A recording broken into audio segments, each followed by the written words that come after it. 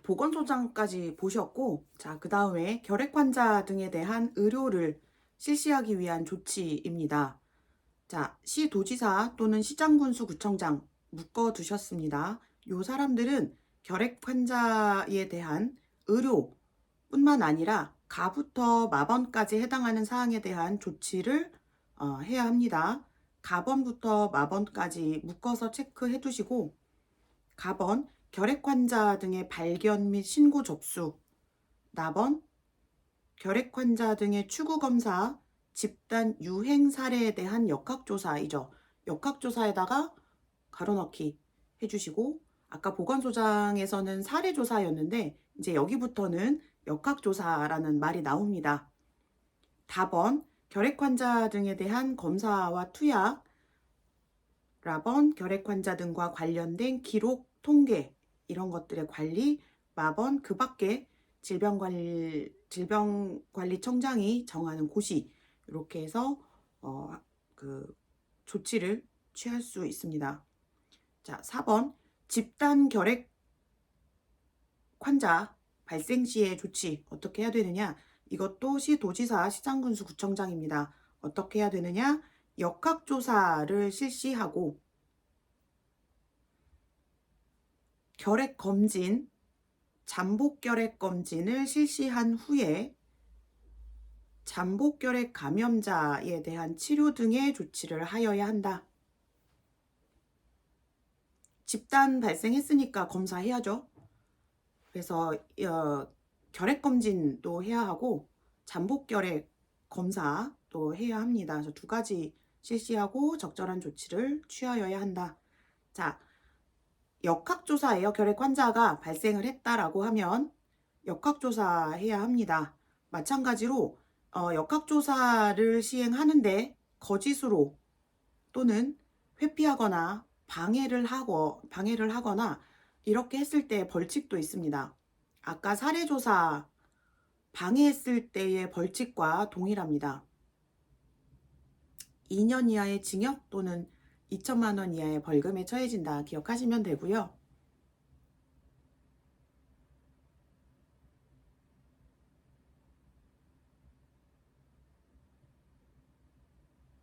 자, 6번으로 넘어갑니다. 결핵검진과 예방접종.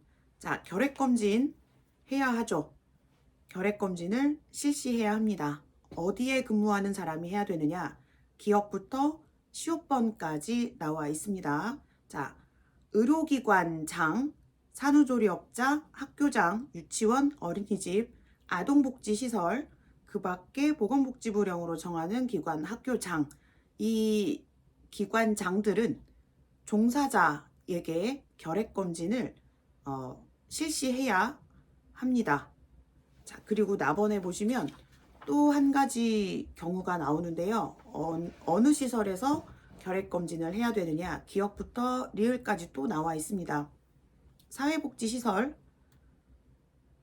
니은번 집단생활을 하는 자, 디귿번 요청, 학교장이 요청하는 자, 리을번 그 밖에 필요한 사람들, 그래서 사회복지시설 또는 집단생활, 그다음에 요청을 받았을 경우 실시할 수 있다. 같이 기억해 두시면 되고요. 요거보다는 그 다음에 나오는 결핵검진을 실시해야 되는데 그러면 그 주기는 어떻게 되느냐? 거기는 별표 하나 붙여주시고 거기는 좀 외우셔야 할 것 같습니다. 자, 기억번입니다. 결핵검진은 매년 실시합니다. 매년.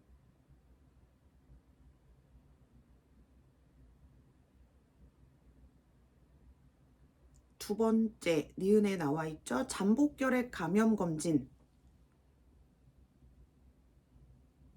자, 기관이나 학교 등에 소속된 기간 중에 1회만 실시하면 됩니다. 소속된 기간 중에 1회 여기다 괄호넣기 해주시면 돼요. 간단하죠? 결핵검진은 매년, 결핵 감염검진은 감염된 적이 있는지를 확인하는 거니까 소속된 기간 중에 한 번만 하면 되죠. 여러 차례 해도 의미가 없다. 그런데 문제는 그 다음이 잘 나올 거예요. 다만 결핵 환자를 검진 치료하는 의료인, 결핵 환자를 진단하는 의료기사, 그 밖에 호흡기를 통해 감염이 우려되는 의료기관 종사자로서 질병관리청장이 정하여 고시하는 사람, 이 사람은 한 사람밖에 없습니다. 질병관리청장이 정하여 고시하는 사람은 간호조무사밖에 없습니다.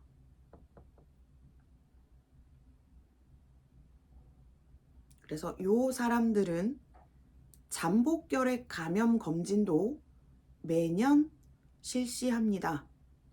그게 중요하죠. 어려운데요.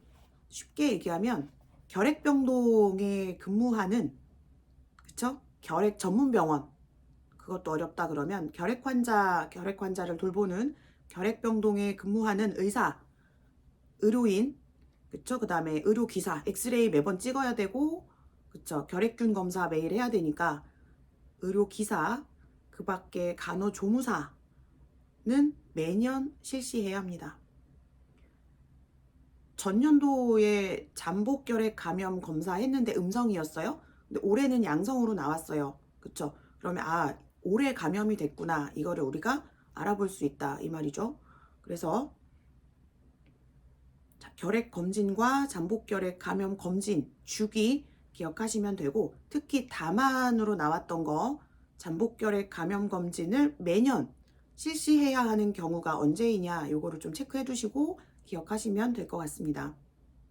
자, 그럼 문제 낼게요. 자, 제가 요양원에 근무하는 5년차 된 간호사입니다. 5년 됐어요. 결핵검진은 몇 번 받았을까요? 자, 요양원에 근무하는 간호사입니다. 결핵검진이에요. 결핵검진 몇 번 받았을까요? 5년차 됐거든요. 5년차가 됐으니까 5번 받은 거예요. 왜냐하면 매년 검사를 해야 되니까, 소속된 기간 중에 매년. 자, 그러면 제가 결핵병동에 근무하는 간호사예요. 결핵병동에서 근무하는 간호사예요. 결핵검진은 똑같이 5년차가 된 거예요. 자, 그러면 결핵검진은 몇 번 받았을까요? 그쵸? 맞아요. 자, 그러면 결핵 감염 검진은 몇 번 받았을까요? 5년차 됐거든요. 결핵 감염 검진 몇 번 받았을까요? 그쵸? 결핵병동에 근무하고 있으니까 매년 똑같이 받습니다. 그래서 구분해서 기억해 주시면 될 것 같아요. 이해되시죠? 예, 표정 보니까 다 이해되십니다. 예, 그러면 어떤 방법으로 받을 것이냐? 그 방법이 나번에 나와 있습니다. 결핵검진은 임상적, 방사선학적, 조직적 검사, 객담 검사 또는 질병관리청장이 정하여 고시하는 검사, 이런 방법 중에 한 가지 받으시면 돼요. 그래서 결핵검사는 보통 어떻게 받냐면, 엑스레이 직접 촬영으로 우리가 검사를 일반적으로 합니다. 니은번 잠복결핵 감염 검진은 어떤 방법으로 받느냐? 혈액검사 하죠. 그래서 이거를 우리가 앞쪽에서 뭐라고 얘기했었냐면 인터페론 감마 분비 검사라고 했었고, 이거 외우지 말라 했죠? 그냥 면역학적 검사입니다. 책에 나와 있는 그대로 면역학적 검사, 즉 혈액 검사를 통해서 검사할 수 있습니다. 그래서 결핵 검진의 주기와 실시 방법보다는 주기가 훨씬 더 중요합니다. 예, 별표 하나 붙여주시고 기억해 주시면 될 것 같습니다. 자, 넘어갑니다. 결핵 예방접종도 하죠. 자, 결핵 예방접종은 언제 하느냐? 다 알고 계시죠? 예, 출생 후 4주 이내에 실시합니다. 맞아요. 자, 결핵 예방접종의 이름은 BCG이에요. 맞아요. BCG이고요. 백신의 종류는 맞아요. 생백신으로 접종을 합니다. 질문 하나 할까요, 그러면? 산모가 결핵 환자이거나 가족이 결핵 환자가 있을 경우에 이 신생아에 대한 BCG 접종은 언제 합니까? 출생 바로. 맞아요. 출생 즉시 접종하게 됩니다. 그리고 이게 이제 한 가지를 더 기억을 해 주시자면, 우리가 이제 나중에 혈액관리법을 배울 건데 거기서 이제 나오는 게 있어요. BCG 접종을 하고 4주가 경과되지 않은 자는 헌혈할 수 없습니다. 예, 거기다 같이 메모해 주시고 결핵 공부하실 때 같이 묻어서 해 주시는 게 헷갈리지 않으실 겁니다. 네. 자, 결핵 BCG 접종하고 4주가 경과되지 않은 사람은 헌혈 금지. 그래서 어른이 돼서 BCG 접종을 한다라고 하면, 헌혈할 계획이 있다 그러면 4주가 지나서 헌혈을 하시면 됩니다. 이유는 백신의 성질 때문에 그래요. 생백신이기 때문에 바로 접종하시면 바로 헌혈하실 수가 없습니다. 그래서 결핵 예방 접종 2가지, 신생아 같은 경우는 출생 후 4주 이내, 그리고 헌혈 계획이 있다 그러면 접종 후 4주 경과한 이후에 헌혈을 해주시면 됩니다. 자, 넘어갑니다. 7번 결핵 환자에 대한 관리. 자, 업무 종사의 일시 제한입니다. 결핵 환자는 모든 업무를 다 할 수가 없죠. 그래서 업무를 할 수 없도록 그 업무를 정지시키는데요. 누가 이렇게 시킬 수 있느냐? 특별자치시 도지사, 시장군수, 구청장입니다. 접객업 또는 사람과 접촉이 많은 업무,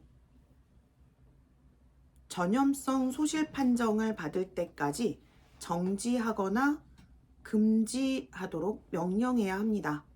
누가? 걔네들이. 그쵸? 나번 사업주 또는 고용주, 사장님들이죠. 비전염성 결핵 환자에 대해서 결핵 환자라는 이유만으로 취업을 거부할 수 없습니다. 전염성이 아니다 그러면 취업 거부할 수 없습니다.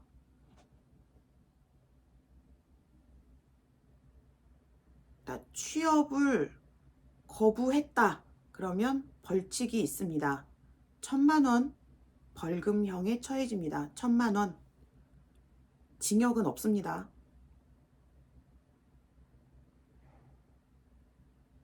자, 라번에 취업이 정지 또는 금지되는 업무가 좀 나열이 되어 있습니다.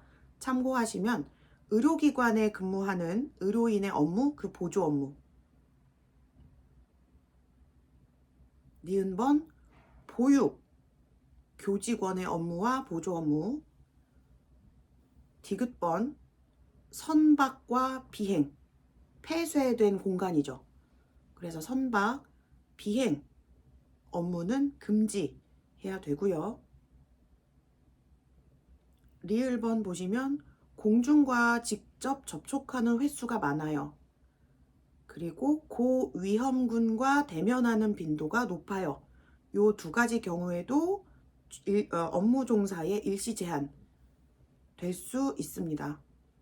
그러면 다예요. 기역, 니은, 디귿, 리을을 따져보면 대부분 혼자 밀폐된 공간에서 업무를 처리하지 않는 이상은 다 업무 종사의 일시 제한 될 수 있다. 참고하시면 될 것 같습니다. 2번째, 전염성 소실과 재취업입니다. 전염성이 소실됐습니다. 그러면 다시 복직하거나 재취업을 하셔야 되죠. 가번, 누가 그런 명령을 내릴 수 있느냐? 괄호 넣기 하셨고, 나번에 보시면 사업주 또는 고용주, 우리 사장님들 종전의 업무에 복직시켜야 합니다. 책상 빼시면 안 돼요. 다시 복직시켜야 합니다. 복직시키지 않고 책상을 빼버렸다. 벌칙 있습니다. 얘도 아까 취업을 거부했던 경우와 동일하게 1,000만 원 벌칙 해당합니다. 거기다 메모해 주십시오. 1,000만 원의 벌금. 징역은 없습니다. 책상 뺐다고 이렇게 징역까지 살기는 너무 가혹하죠. 벌금만 내시면 됩니다. 답원에는 별표 하나 붙여주시고, 전염성 소실이 되면 본연의 업무에 복직하거나 재취업을 해야 되는데, 전염성 소실 판정은 도대체 어떻게 하느냐, 기준이 뭐냐라고 하면 진단받았을 때와 동일합니다. 우리가 진단을 처음에 내릴 때 어떻게 했었냐면 객담 검사 했었죠. 예, 마찬가지로 전염성 소실 판정을 받을 때도 객담 검사 결과에 따라서 누가 판정한다? 의사가 판정합니다. 그래서 괄호 넣기 2개 할 건데요. 객담 검사 해주시고 의사에다가 해주시면 됩니다.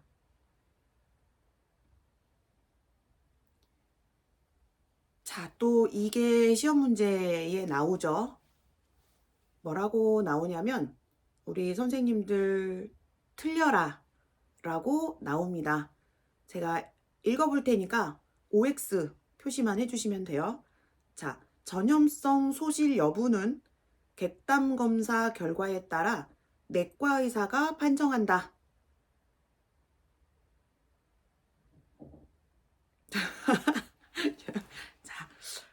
자, 해석을 하시면 안 됩니다.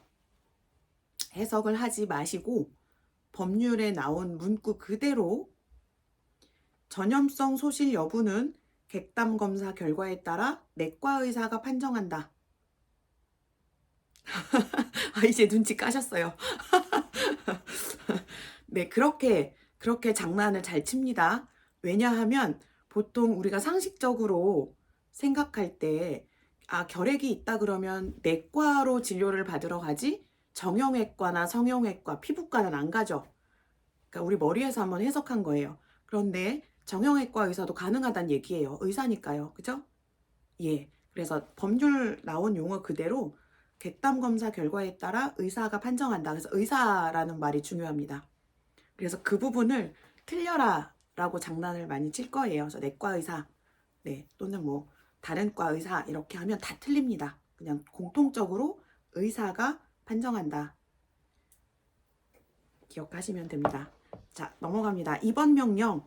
자, 결핵 환자 입원 치료해야죠. 그래서 입원 명령을 내릴 수 있는 사람은 시도지사, 시장군수, 구청장이었고요. 자, 입원할 것을 명할 수 있다. 근데 아무런 병원에다 다 입원 명령을 내릴 수는 없습니다. 그쵸? 결핵 환자가 격리돼서 적절한 치료를 받을 수 있는 의료기관에 입원 명령을 내리는데 일반적으로는 시립 또는 국립 이런 곳에 이제 할 수 있게 명령을 내립니다. 나번에 보시면 의료기관장은 입원 명령을 받은 자가 입원 신청을 했을 때에 정당한 사유 없이 거절할 수 없습니다.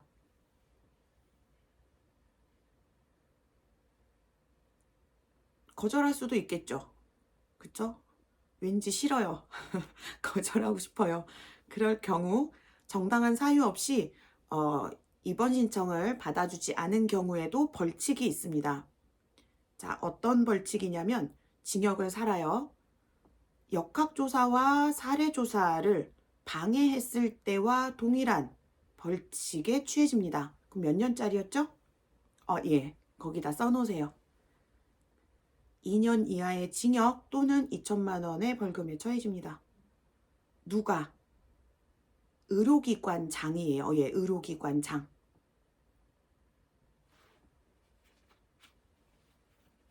자, 라번에 보시면 입원 명령 지정 의료기관이라는 게 나옵니다. 얘는 참고해 주시면 되고요. 4번으로 넘어갑니다. 입원 명령 거부자에 대한 조치. 자, 입원 명령을 거부했다. 그러면 어떤 조치를 해야 되느냐? 격리치료를 명령해야 합니다. 격리치료는 누구에게 명하여야 하냐면 기역과 니은입니다. 입원 명령을 거부한 경우 니은번 입원 치료 중에 임의로 퇴원하거나 치료 중단 무단 외출 등으로 공중에 결핵을 전파시킬 우려가 있는 경우 두 가지에 한해서 격리치료를 명할 수 있습니다.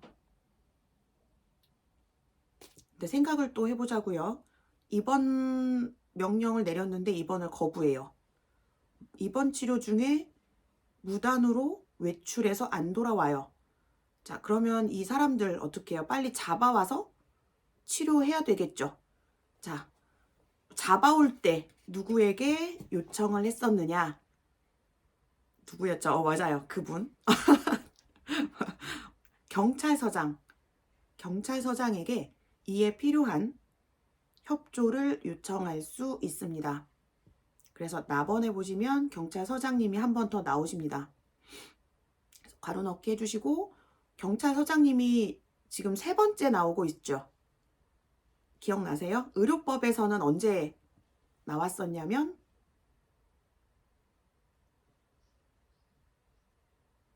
무명남, 무명녀, 냉동실에 들어있는 사람들, 변사체, 그쵸? 예, 변사체를 신고해야 할 경우 경찰서장에게 했었고요. 우리 정신건강증진법에서, 그쵸? 언제 탐색을 요청했냐면 여기도 무단으로 퇴원했을 경우, 외출했을 경우 요청을 했었고, 결핵에서도 무단으로 외출하거나 입원 명령을 거부한 경우에 경찰서장에게 협조를 요청할 수 있습니다. 자, 5번째 넘어갑니다. 면회 제한. 격리 치료를 하는 동안에는 면회를 제한할 수 있습니다. 당연하죠?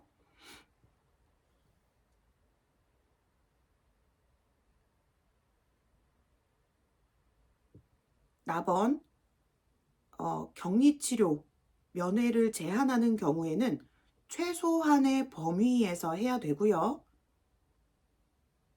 면회를 제한하는 사유는 진료기록부에 기재해야 합니다. 왜 면회를 제한하는지, 전염성 결핵 환자이기 때문에 이렇게 사유를 기록해야 합니다. 진료기록부에 기재를 하지 않은 경우에는 500만 원 벌금형에 처해지고요.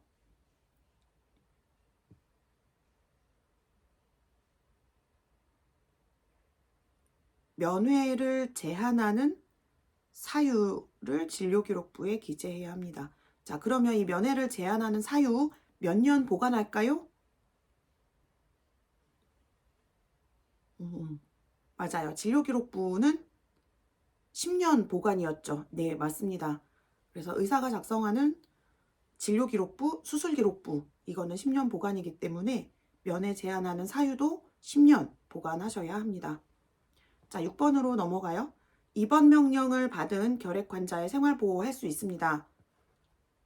자, 누가 생활보호 조치를 내릴 수 있느냐? 시도지사, 시장군수, 구청장이죠. 괄호 넣기 이미 하셨고, 언제 생활보호 조치를 하느냐? 본인 또는 부양가족의 생계 유지가 곤란하다고 인정되는 때에 비용 지원 등의 생활보호 조치를 하여야 합니다. 자, 근데 가만히 있어도 생활보호 조치, 생계급여를 주느냐? 그렇지 않습니다. 가번에 나와 있죠? 신청할 경우에만 지급합니다.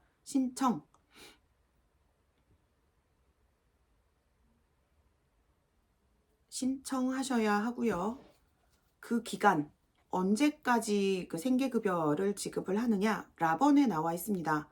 2번 또는 격리치료를 명령받은 기간 범위에서만 지급합니다.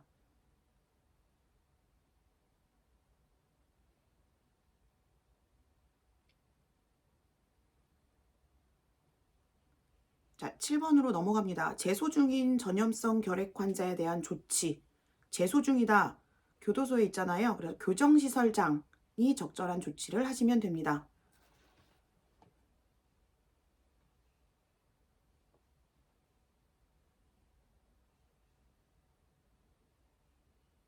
자, 넘어갑니다. 8번 전염성 결핵 환자의 관리. 자, 전염성 결핵 환자 접촉자의 관리입니다.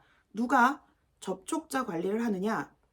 특별자치시 도지사, 시장군수, 구청장이고요. 어떻게 조치를 해야 하느냐? 결핵검진을 실시하여야 합니다. 범위는 기억번, 가족과 최근 접촉자, 이거는 뭐 지금하고 똑같죠? 니은번, 집단생활시설에서 생활을 같이 한 자.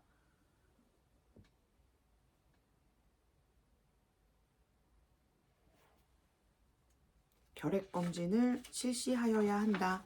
기억해 주시면 되고요. 넘어갑니다. 100페이지. 결핵 환자 등과 잠복결핵 감염자에 대한 지원 어떻게 할 것이냐? 질병관리청장이 가번 보시면 진단, 진료, 약제 등의 의료비를 지원할 수 있습니다.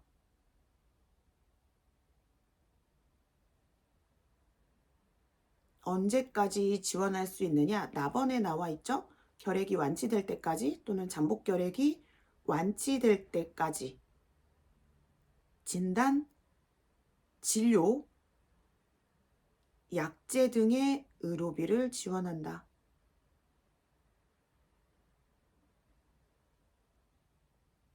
자, 여기까지 결핵이 발생했을 때 누가 어떤 조치를 할 수 있느냐를 정리를 해 놓은 거고요. 이제 마지막에 대한결핵협회라는 개념이 나옵니다. 9번. 자, 대한결핵협회 많이 익숙하실 거예요. 그쵸? 예, 우리가 국민학교 다니던 시절 12월이 되면 우리가 이제 강매했던 거 있죠. 샀던 거. 그쵸? 이거. 예, 지금도 팔아요? 지금은 안 팔죠? 예. 그래서 우리가 이제 국민학교 다니던 시절에 샀었던 크리스마스 실 있었죠. 예. 그래서 그거 모금 활동을 하는 곳이 이제 대한결핵협회인데요. 대한결핵협회에서는 협회가 수행하는 업무를 기억해 주시면 돼요. 어떤 업무를 이 협회에서 하느냐? 1번에 나와 있죠. 가번. 결핵에 관한 조사 연구, 예방, 퇴치 요 4가지만 합니다. 괄호 넣기 하시고 기억해 주세요. 조사 연구, 예방, 퇴치. 자, 대한결핵협회에서 결핵 판정에 대한 검사를 실시한다? 예. 치료를 한다? 예. 진료를 한다? 아니죠. 예. 그래서 결핵에 관한 조사, 연구, 예방, 퇴치 요 4가지 사업을 하기 위해 법인의 성격으로 사단법인에 관한 규정을 준용하면서 질병관리청장이 필요한 경비의 전부 또는 일부를 보조해 가면서 운영을 합니다. 그래서 대한결핵협회에서 하는 업무 4가지 기억해 주시면 되고요. 경비, 모금활동으로 인하여 사용할 수 있지만 3번에 보시면 정부에서 지원할 수 있습니다. 여기서 정부라 하면 질병관리청장을 얘기하고요. 필요한 경비의 전부 또는 일부를 지원할 수 있습니다. 그리고 5번 넘어가 보시면 모금, 크리스마스 실 이렇게 이제 팔아서 모금 활동하기도 하고, 자, 이럴 경우에 어떻게 하느냐? 모금을 하려면 모금 계획을 수립하여 질병관리청장의 허가를 받아야 합니다. 괄호 넣기 하십시오. 질병관리청장의 허가.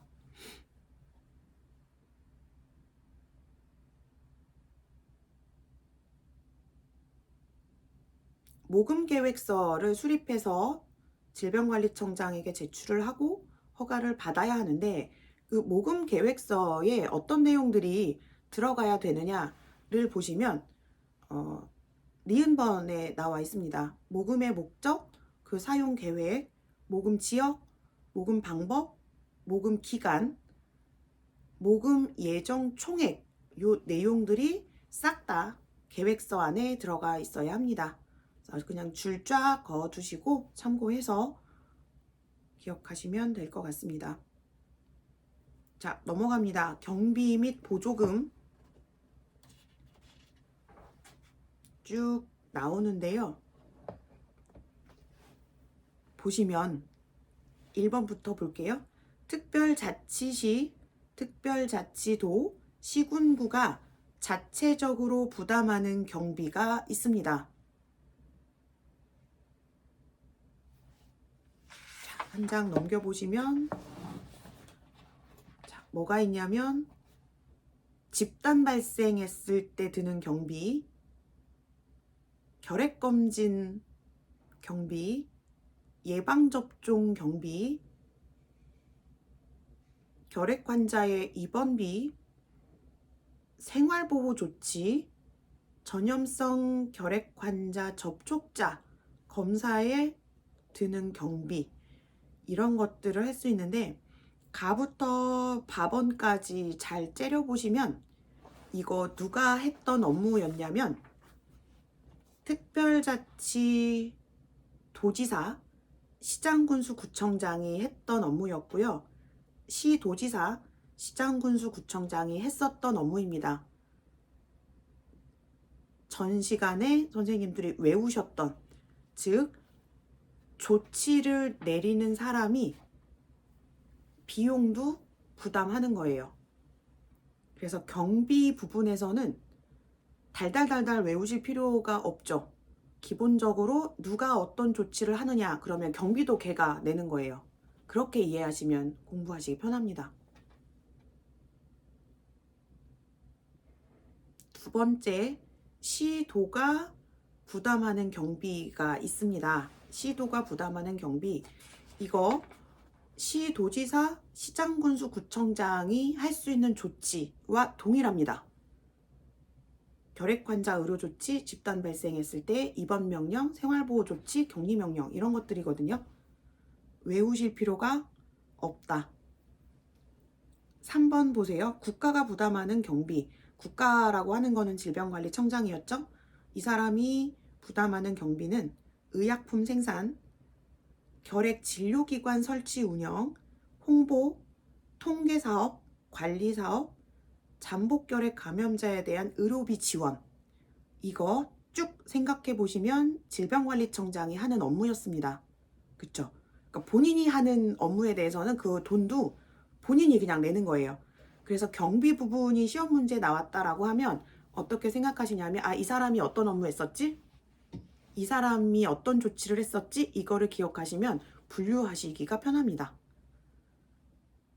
단 한 가지 기억하셔야 되는 거는, 자, 시군구에서는 비용을 어디서 보조받냐면 시도에서 보조받죠. 시도의 그 예산은 어디서 보조받냐면 정부에서 보조받죠. 여기도 마찬가지입니다. 그래서 자, 국가, 정부는 시도에게 결핵에 관련해서 드는 비용의 2분의 1을 지원해 줍니다. 거기다 화살표하고 표시해 두면 될 것 같아요. 국가, 시도, 표시, 국가에서부터 시작해서 시도 화살표 2분의 1 경비 보조.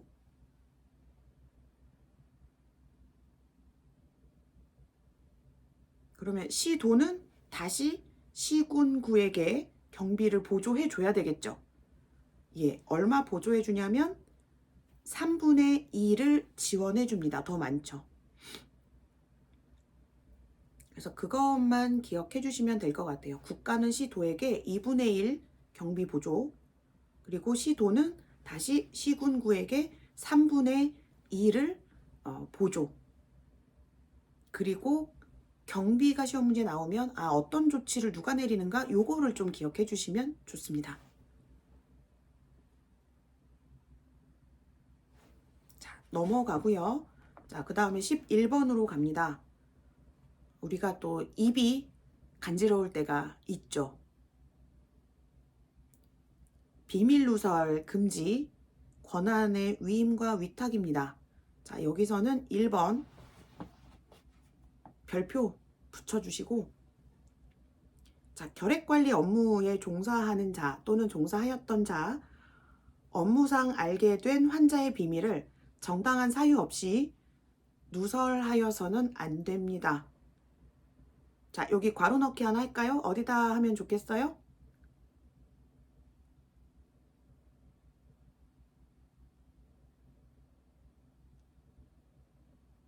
자, 가번에 괄호 넣기 하나 할 건데 어디다 하면 좋겠습니까?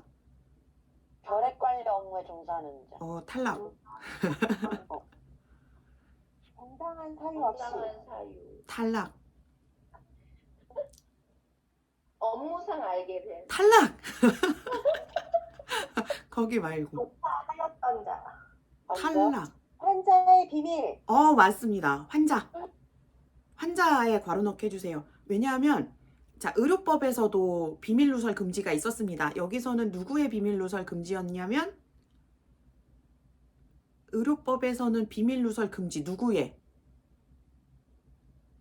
환자라고 하시면 저 울어버릴 거예요. 환자 아니에요? 다 잊어버리신 거예요? 자, 비밀 누설 금지, 의료법에서 비밀 누설 금지. 누구의 비밀을 누설하면 안 돼요? 다른 사람이었죠. 맞아요. 다른 사람의 비밀을 누설하면 안 됐어요. 그리고 정신건강증진법에서도 비밀 누설 금지 있었죠. 누구의 비밀을 누설하면 안 됐냐면 마찬가지로 다른 사람. 그런데 결핵에서는 환자라고 특정지어서 이렇게 나왔어요. 그러니까 환자의 비밀만 누설하면 안 되고 환자를 뺀 다른 사람의 비밀은 말씀하셔도 되는 거예요. 그래서 구분 지어서 외우시라고. 다른 사람이고요. 결핵에서만 환자의 비밀을 정당한 사유 없이 누설해서는 안 됩니다. 자, 누설했습니다. 그러면 벌칙이 있죠. 예, 몇 년 때리고 싶으십니까? 비밀 누설. 예, 이젠 거기다 써 놓으십시오. 때리고 싶은 만큼 써 놓으시면 됩니다.